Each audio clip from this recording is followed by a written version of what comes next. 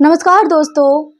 19वीं सदी का भारत एक ऐसा दौर जहां औरत का जीवन चार दीवारों तक सीमित था, जहां शिक्षा सिर्फ पुरुषों का अधिकार थी, जहां जातिवाद और भेदभाव एक गहरी जड़ें जमा चुका था।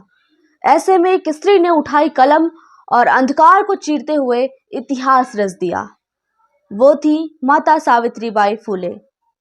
सावित्रीबाई फुले का जन्म 3 जनवरी 1831 को महाराष्ट्र के एक छोटे से गांव में हुआ था। कौन जानता था कि ये साधारण सा गांव एक असाधारण क्रांति की शुरुआत का गवाह बनेगा।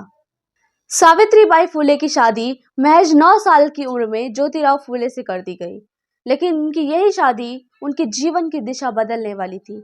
ज्योतिराव फुले ने उन्हें न केवल पढ़ाया, उन्हें सशक्त बनाया, बल्कि उनके साथ एक ऐसे मिशन पर कदम रखा जो समाज की जड़ों को बदलने वाला था।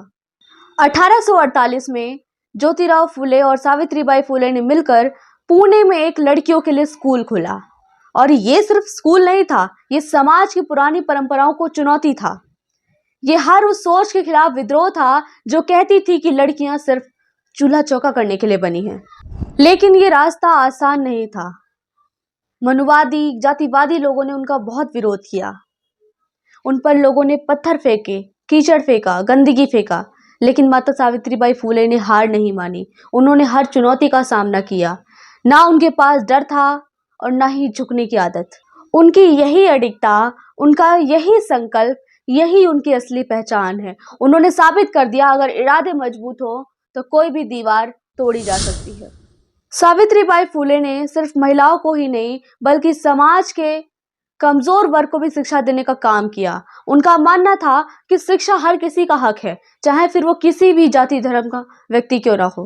और सिर्फ शिक्षा ही नहीं, जब प्लेग जैसी महामारी आई तब भी सावित्रीबाई फुले ने अपनी जान की परवाह किए बिना दूसरों की मदद की। और वो सिर्फ शिक्षिका ही नहीं, बल्कि मानवता की मिसाल थी। आज जो लड़कियां सपने देखती हैं, जो अपने पैरों पर खड़ी होती हैं, वो सब सावित्रीबाई फुले की उस लड़ाई, उस आंदोलन का ही परिणाम है। उन्होंने ना सिर्फ शिक्षा दी, बल्कि हर भारतीय महिला को यह सिखाया कि आत्मनिर्भर बनना ही असली आजादी है। माता सावित्रीबाई फुले सिर्फ नाम नहीं थी, वो थी क्रांति, वो थी ज्योति जिन्होंने अंधकार को हमेशा के लिए मिटा दिया। इतिहास हमें सिखाता है, लेकिन हर कहानी सुनाता नहीं। क्या कभी आपने सोचा है कि एक महिला जिसने भारत में सबसे पहले महिलाओं की शिक्षा की नींव रखी, उसे हमने इतिहास में कितनी जगह दी है? क्या कभी आपने सोचा है कि क्या हमारे स्कूल में हमारे पाठ्यक्रम में उनका नाम प्रमुखता से लिया जाता है? क्या बाकी नेताओं की तरह वो हमारी स्मृतियों में स्थान पा सकी हैं? क्या आज के युवा, आज की महिलाएं, आज की लड़कियां, आज की बच्चियां उन्हें कितना जानती हैं? क्या इन सवालों पर आपने कभी विचार किया है?